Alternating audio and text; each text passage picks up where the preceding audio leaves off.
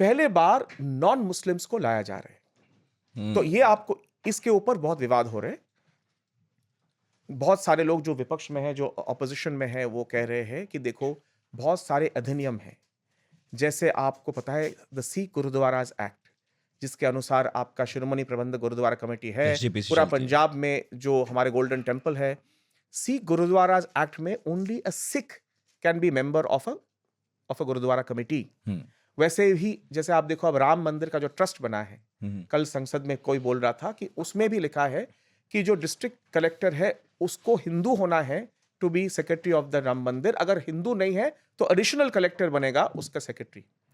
अब यहां जो है सीईओ जो है, जो पहले मुसलमान थे वक्फ एक्ट में, उसको हटा दिया गया है। सीईओ सबसे इंपॉर्टेंट अधिकारी है, वही है जो वक्फ का डेली काम करते हैं। अब वो हिंदू हो सकता है। वक्फ बोर्ड का जो इलेक्शन होते थे उसमें एक इलेक्टोरल कॉलेज होते थे। इलेक्टोरल कॉलेज का हिंदी क्या है बताओ आपके श्रोता को? मुझे नहीं पता।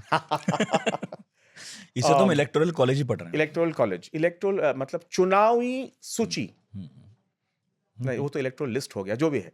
इलेक्टोरल कॉलेज मतलब ये वोटर का जो एक ग्रुप है, एक पूल है। तो एक इलेक्टोरल कॉलेज होते थे। वो इलेक्टोरल कॉलेज कौन था? हम वक्फ बोर्ड राज्य के बात कर रहे हैं। उस राज्य से जो चुने हुए मुसलमान सांसद, उस राज्य से चुने हुए मुसलमान विधायक, उस राज्य के जो मुसलमान वकील हैं, और उस राज्य के जो मुसलमान मुत्तावली है, जो वक्फ का डेली देखभाल करते, वो इलेक्टोरल कॉलेज था। अच्छा। वो इलेक्ट करते थे वक्फ को, वो चुनते थे और मुसलमान नुमाइंदों को चुनते थे। मतलब अपने प्रबंधक कमेटी चुनते थे वही ये लोग, बाहर से अब ये प्रबंध थोड़ा सा आपको समझना है। हर मस्जिद का और हर वक्फ प्रॉपर्टी का प्रबंधक हो सकता है। जैसे मान लो वक्फ बोर्ड के अंडर बहुत सारे, जैसे सुनहरी मस्जिद दिल्ली में है, जामा मस्जिद है जी। हाँ। तो जामा मस्जिद का अलग प्रबंधक कमेटी है, कमेटी मस्जिद लेवल पे मैनेजिंग कमेटी होता है मॉस्क का या ईदगाह का। हम वक्फ बोर्ड का बात कर रहे हैं। वक्फ बोर्ड का कॉन्स्टिट्यूशन जब होते थे, इस इलेक्टोरल कॉलेज वोट करके निर्वाचित करते थे कि कौन हमारे नुमाइंदा होंगे उस बोर्ड में। अच्छा, बीच में से पूछ रहा हूं समझने के लिए कि बोर्ड को तो चुन लिया इन्होंने, और जो प्रबंधक कमेटी है जो किसी मस्जिद के कामकाज को संभालती दिखती है, बोर्ड का उसमें हस्तक्षेप होता है, वो बनाते हैं? नहीं, करते? वो अपने आप बनाते हैं। बोर्ड भी कॉन्स्टिट्यूट करते हैं।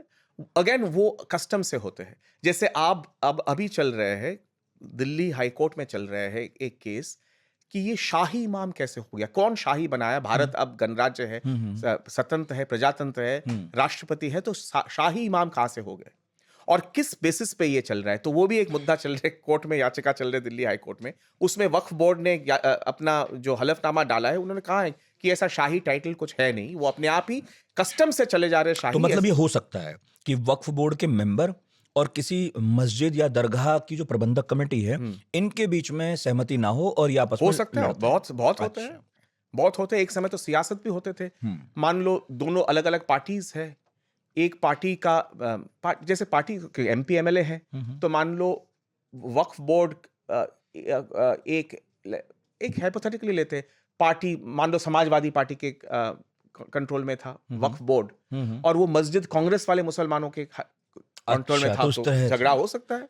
ओके। इनकी ताकत क्या है सर? फिर अब आगे बढ़िएगा, वक्फ बोर्ड की फिर ताकत क्या है? वो क्या रोक सकते हैं, क्या कर सकते हैं, क्या ताकत है?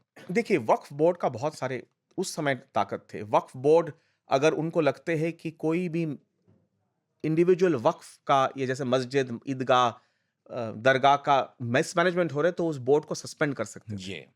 हाँ, वक्फ बोर्ड ये जो वक्फ का जो लीज है, लीज टर्म्स तैयार कर सकते हैं। अच्छा। लीज कैंसिल कर सकते हैं। वक्फ बोर्ड उस समय, मैं संशोधन के पहले का वक्फ बोर्ड का बात कर रहा हूं। वक्फ बोर्ड डिटरमिन कर सकते थे कौन सा प्रॉपर्टी वक्फ है, कौन सा प्रॉपर्टी वक्फ नहीं है। बेवा वगैरह का जो भत्ता है, अलाउंस है, वो उसका स्कीम बना सकते थे, उसको डिसबर्स कर सकते थे। बहुत कुछ उनके पास पावर थे पहले। अभी तो ये संशोधन करके पूरा, एक तो हिंदू या नॉन मुस्लिम, हमें हिंदू नहीं बोलना चाहिए, नॉन मुस्लिम कोई भी हो सकता है, कोई भी मुसलमान नहीं। हाँ, मुसलमान नॉन मुस्लिम भी आ सकते हैं एक। और दूसरा है कि अब इलेक्शन ही खत्म कर दिया है उन्होंने। अब सरकार अपने नुमाइंदे नॉमिनेट करेंगे। प्रॉब्लम है, अगर अब देखो, पहले एक्ट में था कि एक मुसलमान एमपी या मुसलमान एमएलए को नॉमिनेट करना है, अगर अब सत्ताधारी दल में कोई मुसलमान एमपी एमएलए नहीं है, फिर संशोधन तो करना ही होगा ना, क्या करे बेचारे।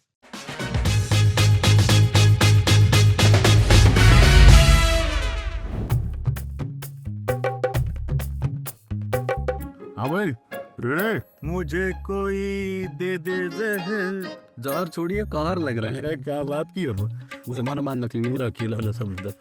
हाँ भाई कितना वो लगता है।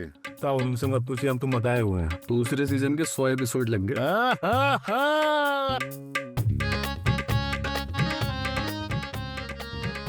गाड़ी चलेगी, हवा लगेगी।